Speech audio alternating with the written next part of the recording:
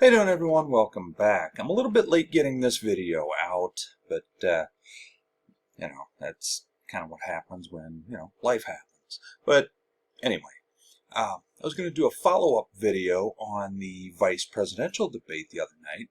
I gave you my prediction. I thought it would basically be a draw, pretty much a wash, that there wouldn't really be a winner. Now, when the debate started, Walz came out, and he had a very weak start. Vance, he came out strong. And Vance, he stayed strong the whole night, for the most part. Which I figured he would. It was a very disciplined, very cordial debate. Walz had a few misstatements, the whole Tiananmen Square thing, and befriending a school shooter, which obviously he misspoke there. That was he was saying that he had befriended the victims of school shootings or survivors of school shootings is what he was saying. And he said that very wrong. That was a bad statement on his part. However, overall, he did well. He held his own. Vance, on substance, Walz dominated that debate. On just debating ability, Vance won. So, in that sense, yeah, it was a draw with a slight advantage to Vance. Walz had the substance. Walz was, well, he was able to spout nonsense convincingly. I think the one point, though, where Walz really kind of hit hard was when he asked J.D. Vance who won the 2020 election. And Vance wouldn't answer. He would not answer. Well, I'm looking forward. Okay, well, your running mate is still talking about 2020. And you said that you would not have certified. So are you saying that he actually won that election? And he wouldn't answer it. Would not answer it. And the fact that Vance said that he would not certify or would not have certified in 2020 means that he should never be the Vice President of the United States. Never. Okay, because if you're not going to certify the results of an election, regardless of whether you win or lose, you've disqualified yourself. You have disqualified yourself. So, yeah, Walz, he made a few misstatements. In terms of flair and style, he didn't have it, but he did have substance. And he was solid, though. He was very solid. The campaign, the Harris campaign, supposedly he told them going in, before he was even selected, during the vetting process, supposedly he told them that debating is not his strong suit. Well, if debating is not your strong suit and you perform like that, not too bad. Not bad. Whereas Vance, debating is his strong suit, really. I don't think he has too many strong suits beyond that, but debating, yeah, that's a strong suit for him. So, Vance did very well. And in terms of style, won the debate.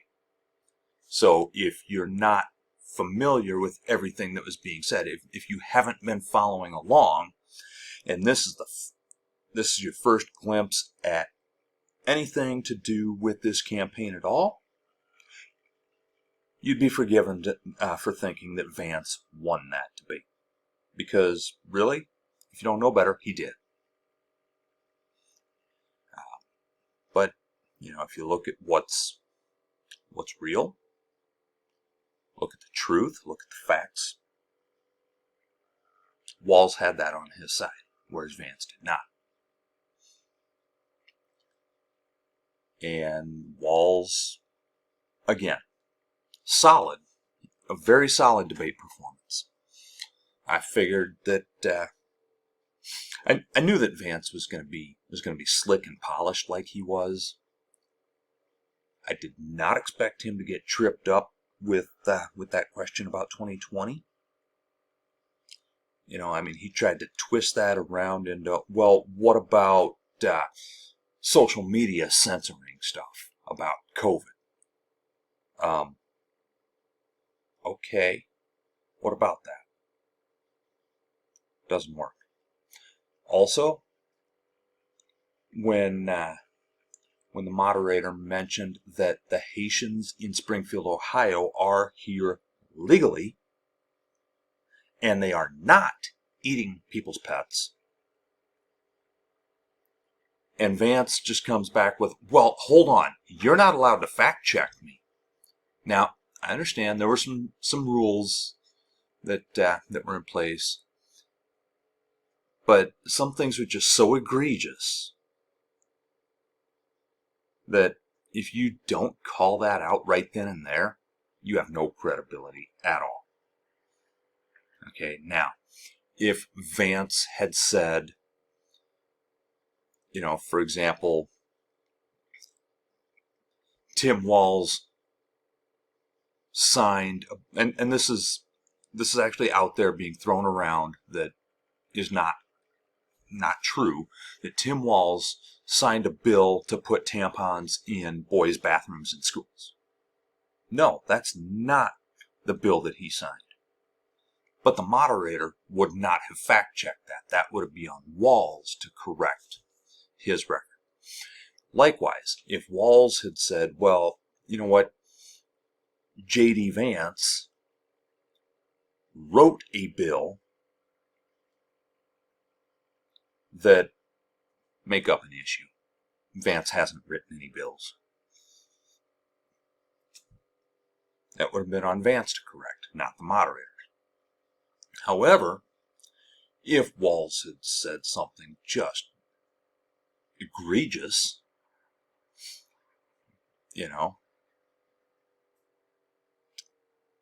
and I can't think of an example off the top of my head, but if he would have said something just outrageous and egregious,